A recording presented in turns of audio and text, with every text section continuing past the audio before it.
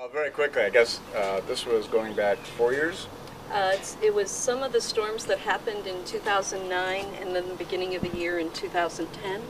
I don't know if you're local, but there were some rainstorms where we had like 8 inches of rain at once and wind. So that was most likely what, some of the erosion may have been going on before that, but that's really what made everything worse. And basically what happened was I came home one day after work and I was in the backyard and I noticed this evergreen leaning over the backyard. And then I walked over there and I realized that it wasn't just some 20 little footer that just, leaned over to the back of the yard. It was the top 20 or 30 feet of a 90 footer whose base was in the river. So that's when I called the local tree guy and he came over and he took one look at it and he looked at that tree and he looked at me and he says, "You want to take a ride with me?" We get in his car, drives to Wells, just past Rachel Carson.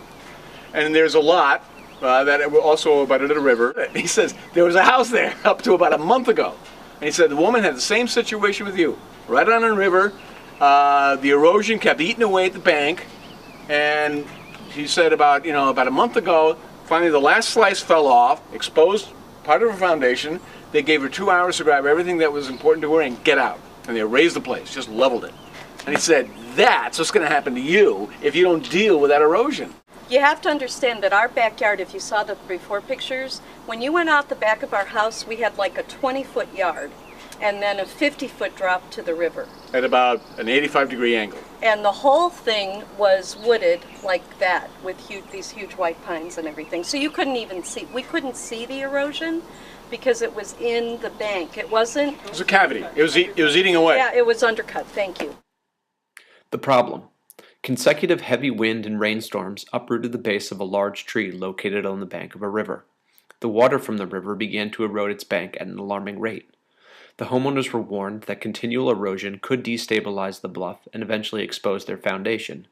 A nearby property with a similar erosion problem was condemned and the homeowner was forced to move. So anyway, I called to Bangor, or Augusta, to some of the state offices. And I happened to get one guy who said, I think you need to contact Joe Anderson down in Sanford. I think there's a grant that could help you people. So I made 2 phone calls, the second one to Joe Anderson. And he came out that week, he looked at the property, he gave us the application for the grant. We got it all together and that's what started the whole process. So then we got the application started, that was in 2010. It took like a year of meeting with contractors and all the different agencies and whatnot. The work started in earnest in June of 2011. And the work took, they started to fell trees. We had to move out like the 3rd week of June that year. We were back in our house after Labor Day in September, but they weren't completely gone until November. About a 4.5, 5 month project. The grant, this whole thing was through Emergency Watershed Protection Program, EWP, and that was all overseen by NRCS, the Natural Resource Conservation Service. So they were the ones paying for it and overseeing it, but there had to be a sponsor.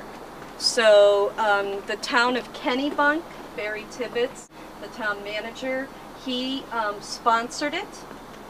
The main engineering firm was DeLuca Hoffman in Portland, and Chris Osterrider was with them then, and he was the head engineer. They didn't do this to save us, okay? You have to understand that. What this was about was saving the bluff and the river and not having the whole thing fall into the river, reroute the Mousom, all that stuff. So that's really what it was about. We just happened to live on it. Happened to live on it and be in the way. So it took a whole lot of time to figure out which solution, the cost of everything. Then when we decided on the 3rd solution, which was the more natural, the one you see, it went out to bid. And I think about 5 contractors bid on it. Foglio Inc., Doug Foglio, out of Waterboro, won the bid. They were incredible. So he became, they're really excavation, but he became the head contractor for the whole project. Chase, I think, was the company that moved the house. The house moved 40 feet forward. They poured a whole new foundation. They hoisted the house on hydraulics. And then they built like crates under it. Cribbed it up. They had I-beams. So if you look at that tree over there with that notch At the at base? the bottom, that's where our house was. I mean, in line with that. The back of the house was in line with that tree. Yeah. Can you talk a little bit more about the process and how you qualified and how the town comes to be a sponsor? And how accessible is that grant to, say, anybody? Oh, I think it is accessible if, and that handout that you got on the EWP would give you the guidelines on that. It had to do with the cause of the erosion. It had to do with how significant the damage would be if the erosion continued. But the damage to the habitat and Yes, the river. and to the river natural and the resource bluff. itself. Right, exactly. It wasn't about the house. Boy, everybody and their brother was here. There was an archaeologist, there was an environmentalist. They researched what was in the river, how was it going to affect what was in the river. All the engineers, the geotech. So a whole group came in. They were doing their homework. They walked the site, they researched it, they took photographs of all of it, and then that became part of the application, and that was sent in to the EWP through NRCS and approved.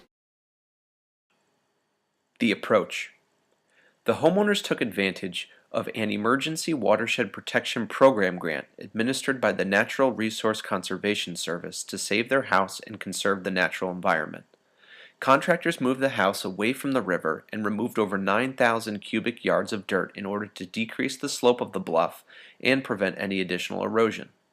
Native vegetation was then planted to further stabilize the bluff and protect the watershed.